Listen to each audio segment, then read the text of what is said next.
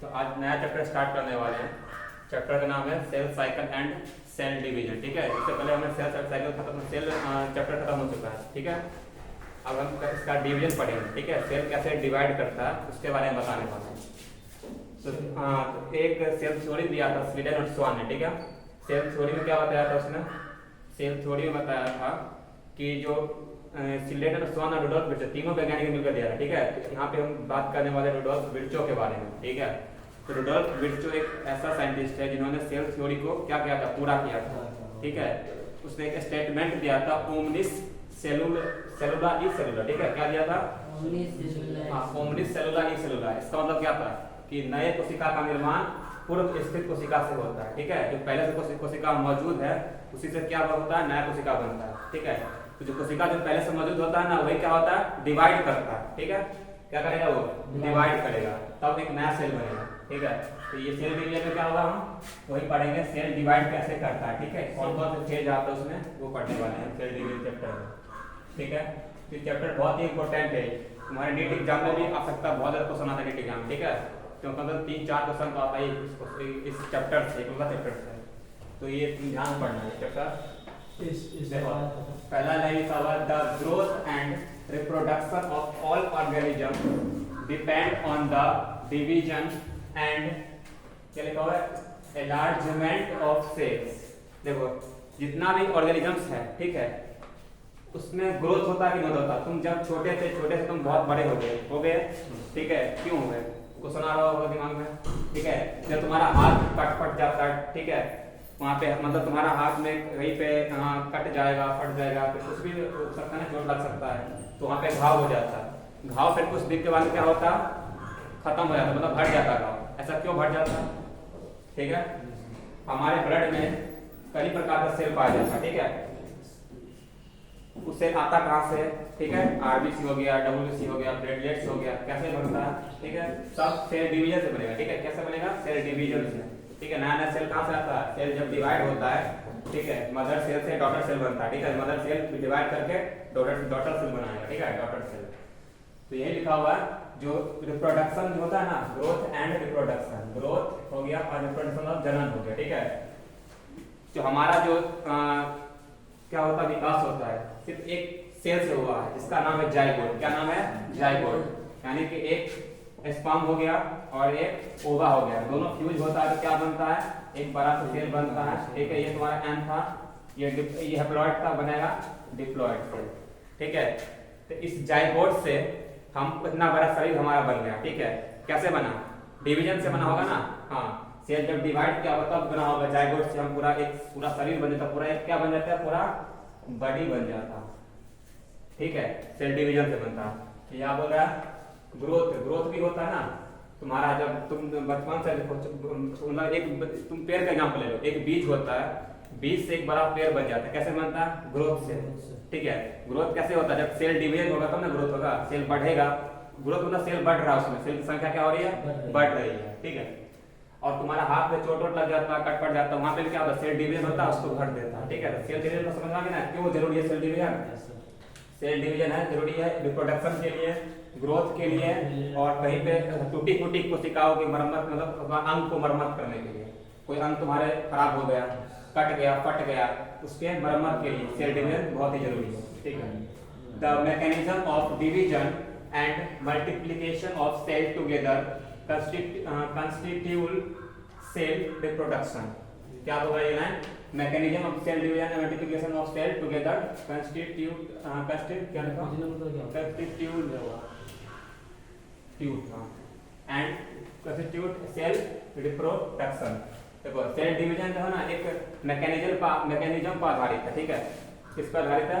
Mechanism पे, और reproduction होता है उसके अंदर से, मतलब सेल जो डिवाइड करता है ना, एक प्रकार का रिप्रोडक्शन ही है। ठीक है, यानी कि दो सेल से मतलब एक सेल जो है ना, दो सेल बना देता है, डिवीजन करके बनता है कि नहीं बनता? बताओ, इतना से रिप्रोडक्शन ही हुआ। मतलब ये तुम्हारा मदर सेल था, इससे बड़ा क्या, डॉटर सेल। तो एक मैकेनिज्म का डिपेंड करता है। ठीक है, और मल्टीप्लिकेशन मतलब विभाजन, मतलब मल्टीप्लाई मतलब बट जाना। ठीक है, मल्टीप्लिकेशन मतलब बटना, विभाजित हो जाना। ठीक है, आगे देखो, सेल साइकिल बहुत इंपॉर्टेंट है। तो तुम्हारा परिचय था, इंट्रोडक्शन था, क्यों होता है सेल डिवीजन, कैसे होता है। तो अब सेल साइकिल में देखो इंपॉर्टेंट है, it is the life period of a cell during which a cell synthesize DNA and replication grows and divides into two daughter cells। देखो जब सेल जो डिवीजन होता है ना, उसमें कई सारा लाइफ पीरियड्स आता है। क्या आता है? Life period. जीवन में कई सारा चरण आता है उससे सेल डिवीजन में, ठीक है। तो क्या पहले क्या होता? सिंथेसाइज ऑफ सिंथेसाइज डीएनए का क्या होता? संश्लेषण होता। सिंथेसाइज मतलब संश्लेषण, ठीक है। डीएनए का संश्लेषण होगा ना, उसके बाद क्या होगा? संश्लेषण का रेप्लिकेशन भी बोलते हैं। डीएनए रेप्लिकेशन पढ़ाया जाएगा तुम्हारा नेक्स्ट चैप्टर में, ठीक है। डीएनए का रेप्लिकेशन होगा, उसका ग्रोथ होगा। किसका ग्रोथ होगा? तुम्हारा क्या होगा? Growth and divides. डीएनए का रेप्लिकेशन के बाद क्या होता है? उसका ग्रोथ होता है। किसका? साइटोप्लाज्म का क्या होता है? ग्रोथ होता है, ठीक है। फिर वो क्या करता है? डिवाइड्स करता है। ग्रोथ का क्या करता है? Divides into two daughter cell में, यानी कि पुत्री कोशिका में। डॉटर सेल मतलब क्या? पुत्री कोशिका, ठीक है। तो क्या बताया तुम, जो लाइफ पीरियड आता है ना सेल साइकिल में, तो क्या होता है अपने लाइफ पीरियड में? सेल का क्या होता है? सेल बोले डीएनए क्या होगा?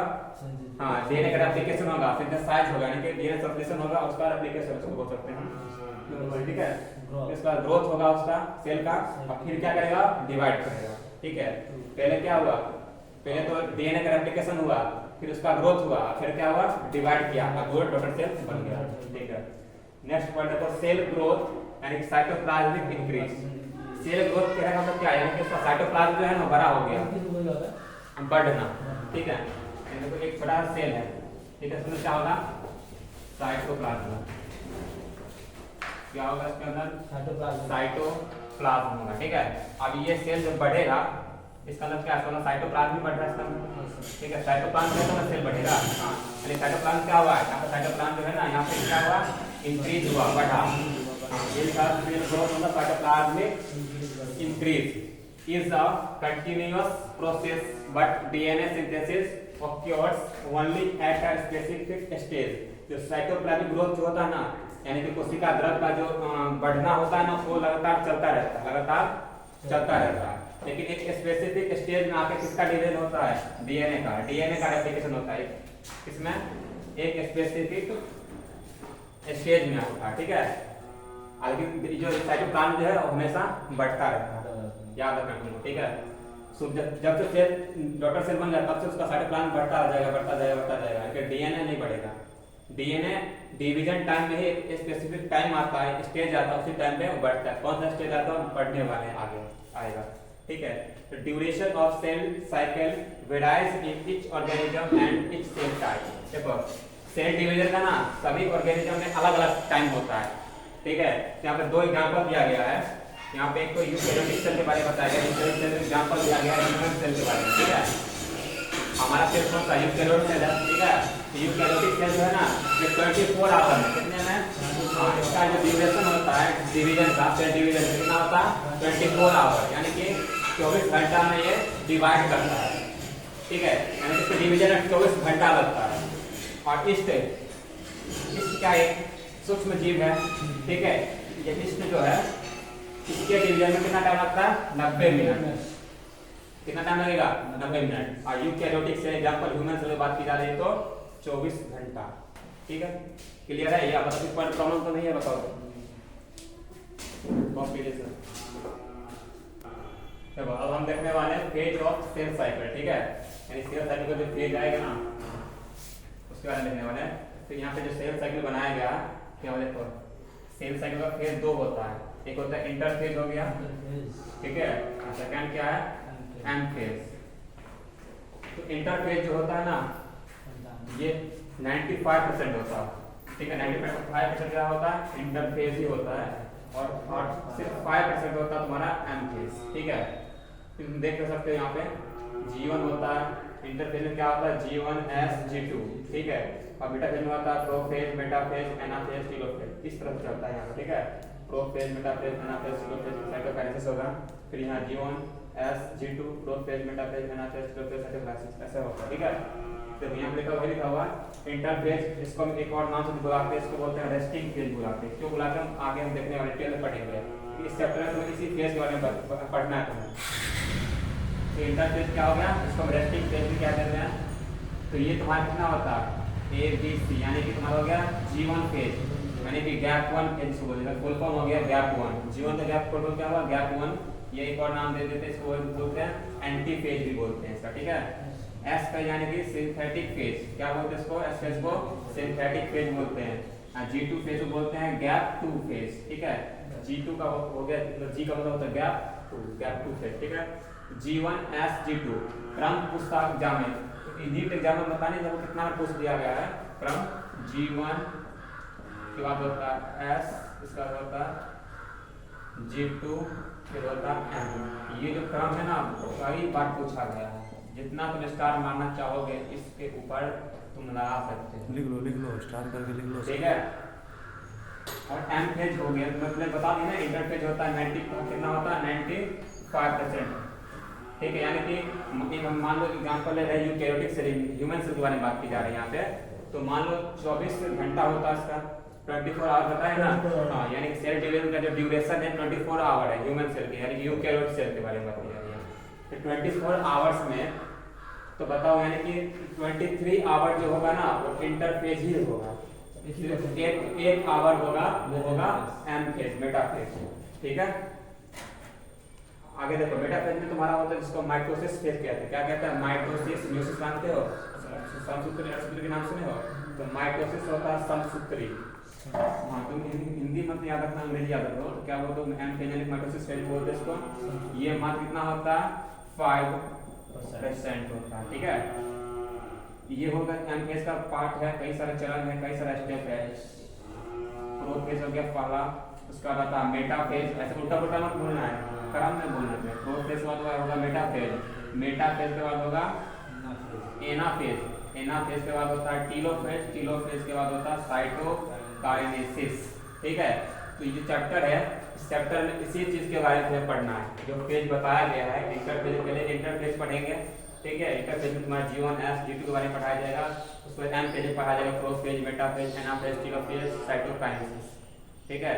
हिंदी में बोलते हैं इसको पूर्वावस्था, इसको बोलते हैं मध्यावस्था, इसको बोलते हैं क्या बोलते हैं अंत्यावस्था, कुछ ऐसे बोलते हैं। तो हिंदी मुझे भी याद नहीं है, देख लेना तुम लोग।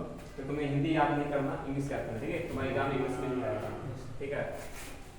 इसको लास्ट बात तो बोलते हैं पार्वती क्रम बोलते हैं, कुछ ऐसे अजीब सा वर्ड होता है हिंदी में, तो बहुत डिफिकल्ट वर्ड हो जाता है, तो याद रखना तुम इंग्लिश में। तो ये इस चैप्टर में इसी फेज के बारे में पढ़ना है। चैप्टर बहुत बड़ा नहीं है, लेकिन बहुत इंपॉर्टेंट चैप्टर है, बहुत ज़्यादा क्वेश्चन आते हैं चैप्टर से, ठीक है।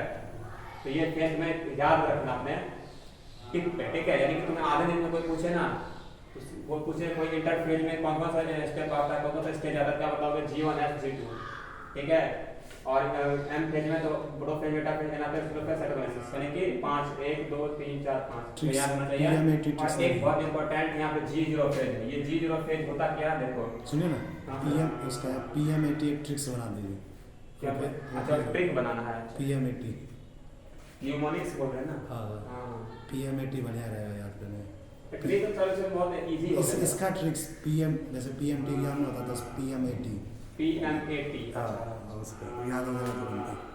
प्राइम मिनिस्टर आया तेलंगाना से, कुछ भी बना सकते हैं न्यूमरिक्स, ठीक है। तो ये छोड़ो, तुम बात की जा रही है G0 की फेज, ठीक है।